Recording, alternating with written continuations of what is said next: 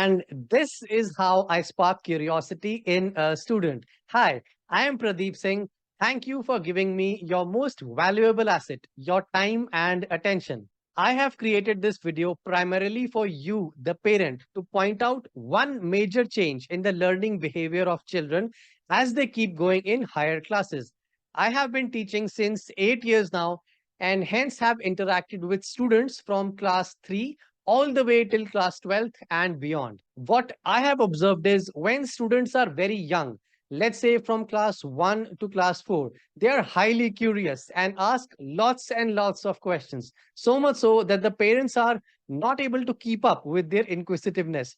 At this age, children are natural explorers and they tend to experiment a lot with their surroundings. They are not afraid of any sort of a failure. But the same students, when they reach higher classes like class 6th and beyond, their natural creativity and curiosity keeps going down. So much so that they start disliking studies because it starts becoming too stressful.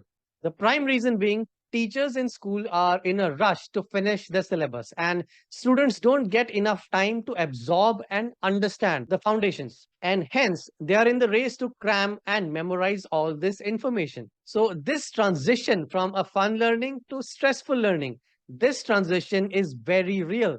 Have a look at some of these articles mentioning that students who were otherwise born gifted, their creativity level and ability to innovate decreases when they go through schooling.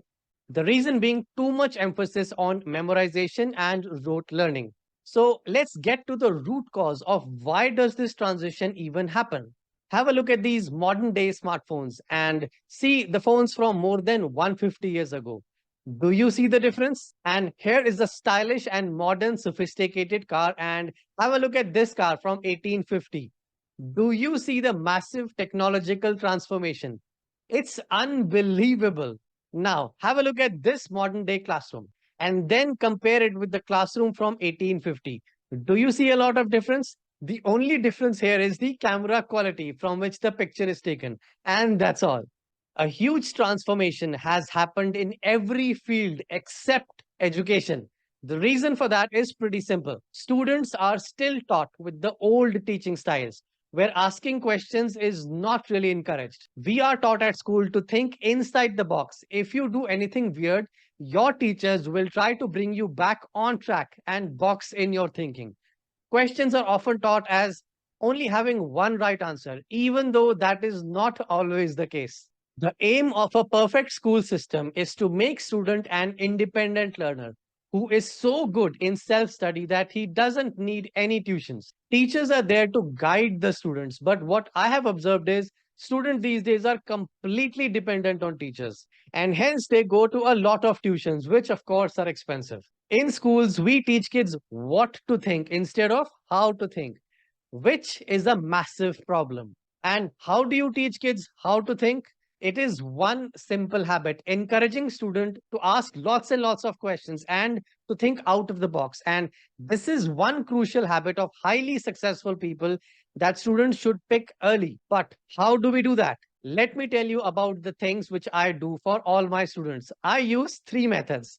Number one, science experiments, where I make my students perform a lot of experiments. When they perform those experiments, their excitement level, of course, increases. And then they rush towards me to understand the science and the physics behind that. Once I explain that, then something magical happens. Children want to know how the experiment is working and hence ask lots and lots of questions. And then they want to perform more such experiments. And this is the best way to ignite the natural curiosity of our children. Method two, I make my students solve a lot of logical puzzles and riddles which test the critical, lateral, and abstract thinking skills. We discuss methods and strategies on how to solve various kinds and different types of puzzles. If a student does this for even 5 minutes per day, that will make him or her stand out from 99% of students out there. I am not kidding. Number three, speed maths and Vedic maths. I make students do calculations using fast and alternative approaches, which are extremely crucial in the success in the competitive exams like the Olympiads. I got into speed maths only when I reached the college level, when I was in IIT Roorkee.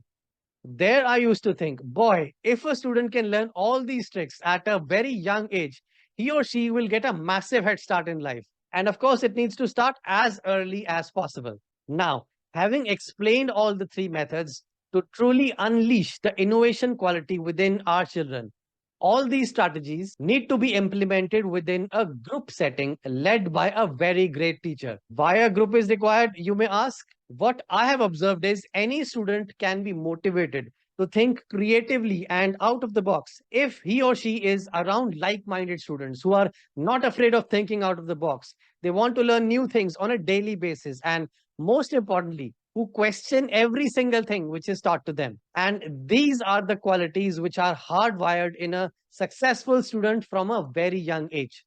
Inside the Science Wonderlab Bootcamp, I will explain step by step how science experiments can be used as a springboard to improve the academic performance in schools. My aim is to make all students a self learner so that he or she can save a lot of financial resources which otherwise would have gone in expensive schools and tuitions. I am so excited to host the bootcamp, so see you in the workshop.